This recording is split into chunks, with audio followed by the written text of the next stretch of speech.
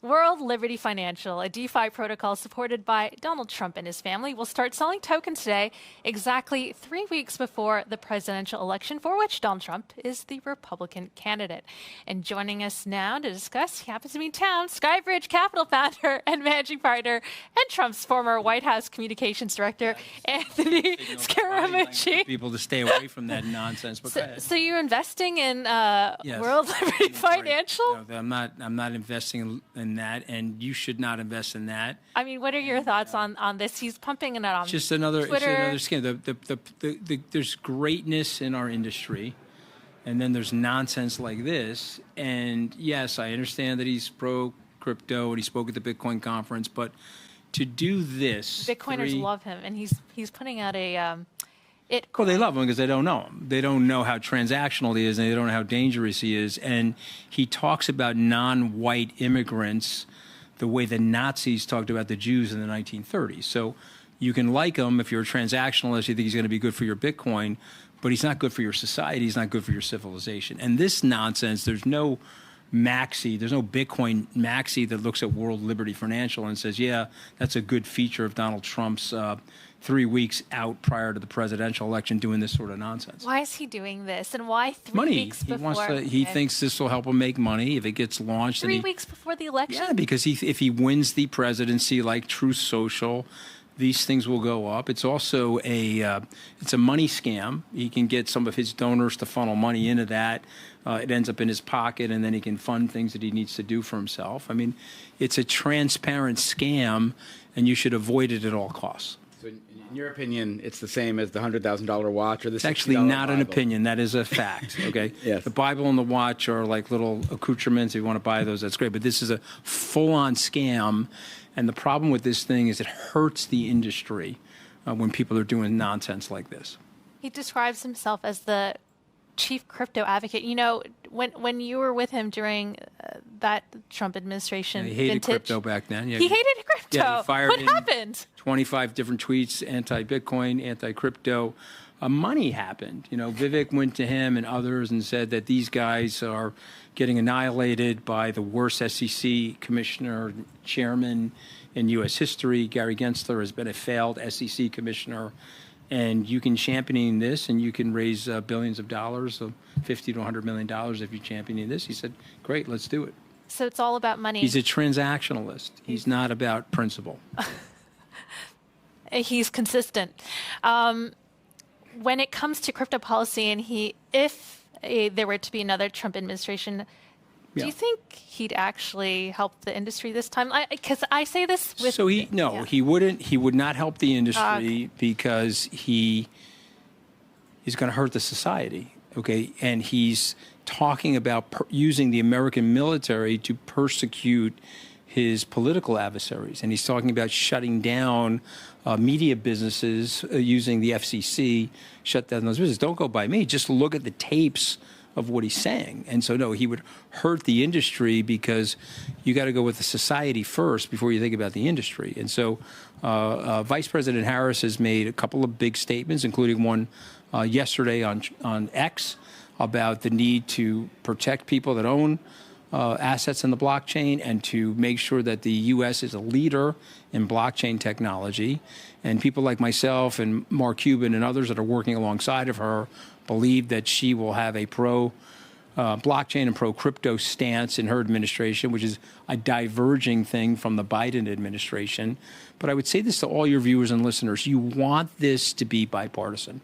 You don't want left-leaning legislation or right-leaning legislation. You want right or wrong legislation. And for the United States, we need a bipartisan commitment to this. And Chuck Schumer, Senator Schumer, my senator, has already said that. He's committed to stablecoin legislation and clarity on the blockchain. What is a token? What is a security? All these things have to be dealt with at the congressional level. And I think the age of Gary Gensler and the age of Elizabeth Warren's nonsense, which was directly born from the FTX fraud, they got exposed for all the meetings that they had with Sam. And so they lurched very aggressively against the industry to eclipse the news cycle about how close they were to Sam and Sam's parents. That era for crypto is ending. And so we're heading towards a much better regulatory framework, no matter who wins the election. But Donald Trump is a danger to the society. He's a racist. And he talks about people that are non-white in a very dehumanizing way. And I'm an American who has lived in America and lived the American dream. In an aspirational America, he doesn't represent that. Okay. And he's going to lose, by the way. So just make sure you get ready for that with your Bitcoin exposure, okay? Poly market bettors, take note. Okay, but Kamala Harris has been very soft in her language when it comes to crypto. I don't think she's even said crypto. She digital assets. Okay, she used the word. She's used blockchain technology. Okay. She's on Twitter this morning. She's a vice president in the Trump administration. I mean, the Biden administration, Mm-hmm. which Gary Gensler is under. So you think? I guess people are concerned that a Kamala Harris administration would continue on with what we're seeing with the Gary Gensler SEC. And I understand their concerns, but their concerns are based on emotion and they're based on the anger. We have faced ridiculous things at Gensler's hand. We've faced arbitrary and capricious enforcement of regulation by Gensler, who again is the worst SEC chairman in history. I would like to see him fired or a forced resignation. And guys like Mark Cuban and I are very open about this with the Harris people. And have you talked to Harris personally? So I don't want to get into discussions I've had with them. I think it's been reported that I helped on debate prep. It was reported that I was in the spin room Trump? For her. I'm sorry? Or did you play Trump? No. But I mean, I think she did pretty well in the debate. Yeah, I think she did pretty well. And I'll be campaigning for her in Pennsylvania at the end of the week. My family's originally from Pennsylvania. We expect to win Pennsylvania. We'll be traveling the state, making the case for her. And I think you have very smart people on her team that recognize that the United States, in order to maintain its mantle of financial services leadership, needs to have pro-Bitcoin, pro-cryptocurrency, pro-stablecoin legislation in the United States. And don't go by me. Ask Chuck Schumer or Senator Gillibrand or others. And the dinosaurs in the Democratic Party that have voted against this nonsense are leaving the stage, and younger, more thoughtful people are entering the stage. It's going to be a very good era for crypto. Now, should Trump win, okay, it'll be short-term positive for Bitcoin and other assets, but it'll be very long-term negative. And I want you to book this and tape it and make sure that when I'm with you 3 years from now, if Trump has won, we can go play this tape about the disaster that he's trying to create in our country. But I predict he won't win. And then when you invite me back as we're getting the vice president inaugurated as president, we can talk about what she's going to do to make this industry shine in the United States. Okay. Go ahead. I guess I'm wondering, I agree with you, crypto should be a bipartisan issue. It's very partisan at the moment, especially if you look at Twitter and Reddit and some of the other places. What do you think that either the Democrats have done wrong or the Republicans have done right? Or more so, what do you think the Bitcoin industry in general has done wrong to not expect that anyone we elect should support financial innovation? So what the Democrats did wrong is they ceded financial services regulation, and they sort of made Elizabeth Warren, who is a terrible senator, but she's one of the most powerful people in Washington, the president for financial services. And so Elizabeth Warren can't pass any legislation. She's got one bill passed in 12 years, but she has her minions staffed at Treasury, SEC, the Fed, and she's got them staffed in the White House, which is why that Sob 121 bill got vetoed by Joe Biden. And so they put her in place. That's been a disaster for them. It's been a disaster for this industry, and it's actually hurt U.S. standing around the world as it relates to the deepest, most robust capital market in the world. So that's the Democrat side. On the Republican side, they're going with somebody who they secretly despise. You won't get them on your air to tell you how much they hate Donald Trump, but every single one of them privately tells you they cannot stand him. But they're afraid of him because he acts like a fascist bully, and they're afraid they're going to lose their standing. And so we don't have public servants on the Republican side that care about the American people. They care more about preserving their own personal power. Okay, and so they've adhered themselves to somebody that has no principles and is a racist, and they try to equivocate for them. You had the governor from Virginia, Youngkin, trying to equivocate for him. The guy saying on tape he's going to bring the American military out to hurt his political adversaries, which is a direct violation of the First Amendment. And Youngkin is sitting there, juggling balls and, verbal nightmare for him as he's trying to defend the guy. So the Republicans have no principles, and the Democrats ceded the regulation to somebody that got very close to Sam Bankman-Fried, was embarrassed by that. In order to shield herself and Gary Gensler from that, they swung very, very hard towards over-regulating and doing things that were politically expedient, that caused them to lose court case after court case, that caused the SEC to be rebuked and disciplined by judges, and they delayed the progress in this industry. And so we have to move past all of that. But that's the answer. A Harris administration, do you think there will be no more Gensler? I do. Okay. I do. Yeah, and I think that he's got 2 years left on his term, but I think that there will be no more Gensler. Yeah, that's my prediction. And how some maxes you may end up with Gensler in a Trump administration, just so you know. Oh, it's very hard. Well, it's very hard to dislodge him. He's got 2 more years left on his term, and he may be obstinate. How he's a bad guy. I mean, look, you know he's a bad guy. You've been covering this industry. You know he makes decisions that are politically motivated as opposed to what's pursuant to the law. And he's very Trump-like. They're very autocratic in their nature. So Gensler is a Trump clone for the Democrats. That's a new take that I've heard. Oh, that's what he is. He acts like an autocrat. How folks in crypto are couching it is Harris will bring about World War III, and Trump at most are the it coins. It's nonsense. It's nonsense. First of all, when you slowed down the arms during the Trump administration into Ukraine, you created an opening for Vladimir Putin. We had this thing called Operation Porcupine set up since 1994, where we knew that Russia could potentially become an aggressive adversary towards the Ukrainians over time. They were weakened in 1991 when the Soviet Union collapsed. We cut a deal with the Ukrainians. Give us your nukes. They were the 6th largest nuclear power in the world. President Clinton, negotiated that deal. We got the nukes from them in exchange for security guarantees. Okay, and so Trump delayed those arms shipments. He got impeached for that. It created space.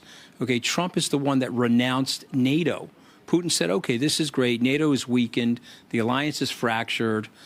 They've been weakened from a munitions point of view. I'm going to go attack them because it helps my standing as an autocratic dictator in Russia. Why are you laughing? No. Why are you laughing? Is that not true? Did I say something that's not true? You're direct, Anthony. I like it. Okay, but I say something that isn't true. No.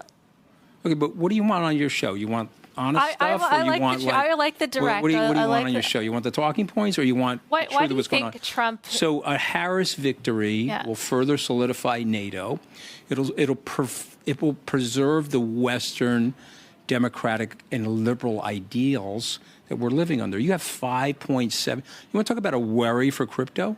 You have 5.7 billion people on this planet living under some form of autocracy. We have an obligation to each other in the West to stick together to protect our individualism. And Donald Trump doesn't represent that. He's a slave to Vladimir Putin. He's telling people how much he loves Vladimir Putin. And he's telling people that he wants to renege our commitments to NATO, and he's going to cut a deal to partition the Ukraine. We don't want this. Very bad for the world. Why is he like that? I don't know. You have to ask him. Get him on the show and ask him. That if he were to McMaster couldn't figure it out. Mattis couldn't figure it out. Kelly couldn't figure it out. If there would be another Trump administration, are you concerned? He's very retaliative. Are you concerned that you could be a target? Well, he said that. I'm on his enemies list. I sort of feel like I should be higher up on the list, by the way. I feel like I'm doing so much work. I should be higher up on the list, but I'm not even in the top 5. But we got 3 weeks to go. And he says he's going to go after the people on his enemies list. You're living in the oldest continuous representative Republican democracy. You have one person running for the top job that says that he has an enemies list and he has a treason tribunal that he wants to prosecute these people through, starting with Mike Pence and Liz Cheney and General Milley. And this is disgusting behavior, and it is reprehensible, and it is un-American. And he's furthering the argument by saying people that are his adversaries, he's going to bring the American military out, to handle them. And I'm not saying that. Go look at the tape. Okay, and thankfully the vice president is playing these tapes now at her rallies so people can see the insanity that Donald Trump represents. Only gets more interesting. He's bad for your crypto, and he's bad for your country, and he's bad for the world. I spoke to you at the beginning of the year in January in St. Moritz, and your Bitcoin prediction was $100,000. Does that hold true today at the end of the year? I do think so. I think that a lot of things have slowed down Bitcoin, including the regulatory nonsense that we're all facing in the U.S. But I think you've gotten the churn done of Mt. Gox. You've gotten the selling done from some of the Silk Road tokens that were sold. The German government sold their tokens while all of that supply has entered the market. And, of course, you got the economics around the halving and the miners, which always frustrates Bitcoiners for 150 to 180 days. I think that is all behind us. And what will be the catalyst then to galvanize a major... Well, if Trump were to win, people are expecting that Bitcoin will rally off that news. And that is probably true because he is pro-crypto, and there will be people buying it the same way people are tilting the poly markets on his behalf. Okay, they will probably do that, but that'll be short-term action. I think there's long-term fundamental reasons why Bitcoin will rise through $100,000, and I may not get the date right. I said by the end of the year. Could it be by the end of the first quarter? But Bitcoin's on an upward trajectory. If you don't believe me, go by what Larry Fink has said. Larry said yesterday on an earnings call that he thought Bitcoin is an asset class, and it could easily trade to the size of the mortgage-backed security market, which is a $13 trillion market, which is 10x where Bitcoin is right now. Okay, is that going to happen immediately? No, but you have to be patient in this industry, as we know. And I got my first $100,000 per coin prediction wrong 3 years ago because I thought Gensler was going to follow the rules, where if you are putting a futures ETF in place in November of 2021, it would be arbitrary and capricious not to put a spot ETF shortly thereafter. And of course, he rejected that, and he lost his court case as a result of that. So he was forced through the good impartiality of our judicial system to put that in place.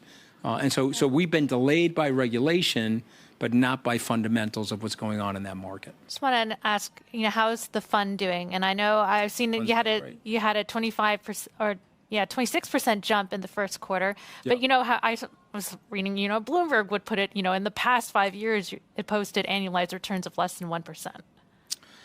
Listen, for some reason, there's one woman at Bloomberg that doesn't like me for some reason. I don't know.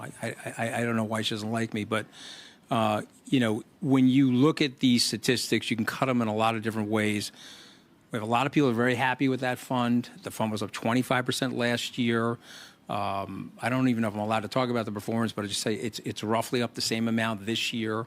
We're having a good 2 to 3 year run in that fund, and I think people are generally happy. And, people bought into the fund as long-term investors. And as I said to the Bloomberg people, and I'll say to you, we're just following exactly what people agreed to in the prospectus. I've got a ton of my own money in that fund, and I think people are going to be very happy long-term with that fund. And what brings you to Stellar? We did get hit in March of 2020, which knocked those numbers around. And so look, the numbers are the numbers. It's a very transparent fund. And what brings you to Stellar today?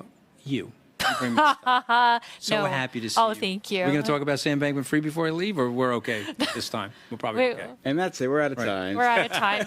All right. Thank you, Anthony. I'm very happy to be here. Don't vote for Trump. That was Skybridge Capital founder and managing partner Anthony Scaramucci. Up next, how to get unbanked folks in Peru connected with crypto.